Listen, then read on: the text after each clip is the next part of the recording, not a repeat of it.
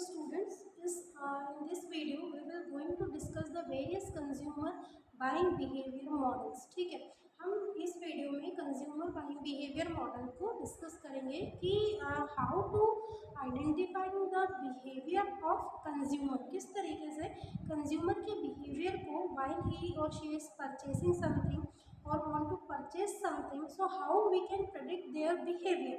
ठीक है, with this 4 type of various buying behavior models. So here we can say that the buyer's black box model, first model is buyer's black box model, second is the eagle collet black whale model, third one is the hierarchy of the effect model, and third one is the AIDA model. So in this video we will discuss the first model, that is the buyer's black box model. buyer's black box model की जब भी हम बात करते हैं, that means sometimes it is depend on different of the stimulus. ठीक है, stimulus का क्या मतलब होता है, we can say that the different type of अगर हिंदी में हम बोले तो प्रेरक, कि अगर आप किसी चीज़ से प्रभावित होकर या किसी चीज़ से आपको, जैसे फ्रेंड के पास, किसी रिलेटिव के पास, कलीग के पास आपने कोई प्रोडक्ट देखा, now you want to purchase, now you are having the desire for purchase, that is the different stimulus, है ना, अलग अलग स्टिमुलस होती है जिसकी वजह से कई बार कस्टमर या जो कंज्यूमर है they want to purchase something, है ना, और their behaviour can be deal with those type of stimulus. तो बाइंग बिहेवियर की अगर हम बात कर लें, ब्लैक जो बॉक्स मॉडल है, बायर्स ब्लैक बॉक्स मॉडल, तो इसमें एक चार्ट हमने यहाँ बनाया हुआ है, that is the stimulus response model of buyer behaviour. अब यहाँ पर आ रहे हैं आपके बायर के characteristics and buyer decision making process. Buyer characteristics and buyer decision making process are two different things. पहले इस पूरे बॉक्स को हम समझ लेते हैं. So here I have written that there some marketing stimulus. कुछ मार्केटिंग स्टिमुलस होते हैं, that is 4 type of P's, we know very well, product, price, place and promotion. ये 4 पीस जो है ये मार्केटिंग स्टिमुलस में आते हैं. Sometime the peoples are affecting और stimulus because of those 4 piece of marketing, कि भाई कई बार प्रोडक्ट के कारण, कई बार उसके कम प्राइस के कारण, या प्लेस इजीली अवेलेबल है तो, और प्रमोशन की सो मच इफेक्टिव एडवर्टाइजिंग और the promotion of the particular product has to be done, that's why the consumer want to purchase it. So ये 4 मार्केटिंग स्टिमुलस हो गए जिसकी वजह से कस्टमर जो है वो क्या करना चाह रहे हैं, प्रोडक्ट को परचेस करना चाह रहे हैं. Now some other stimulus like the economic, political, technological and social stimulus. ये भी कुछ स्टिमुलस होते हैं जिसकी वजह से कस्टमर का जो बाइंग बिहेवियर होता है वो क्या होता है, अफेक्टेड होता है. इकोनॉमिक चीज़ों को लेकर या टेक्नोलॉजिकल, जैसे अभी 5G का मार्केट है. Now if you want to purchase the new smartphone, तो definitely you will go with the 5G smartphone जो मार्केट में अवेलेबल होंगे. Sometimes the social, the political, these all are the issues of other stimulus. That's why the consumer's decision making is depends on it and characteristics also.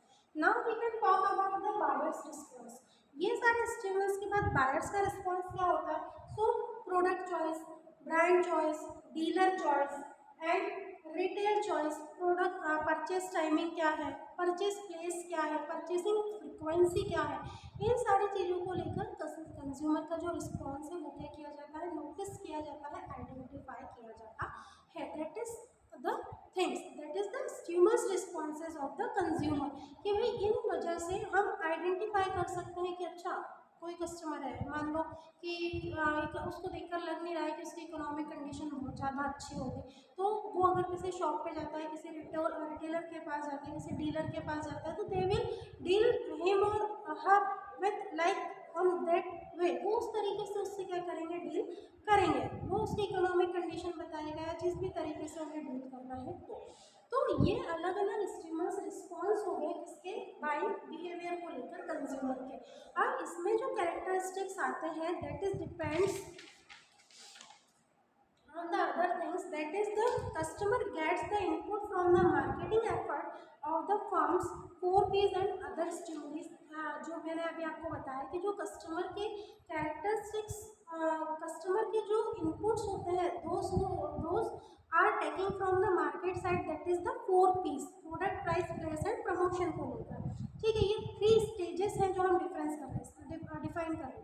Second stage क्या होगी, this input is process in the mind black box which constitute the characteristic of the buyer and the process of decision making.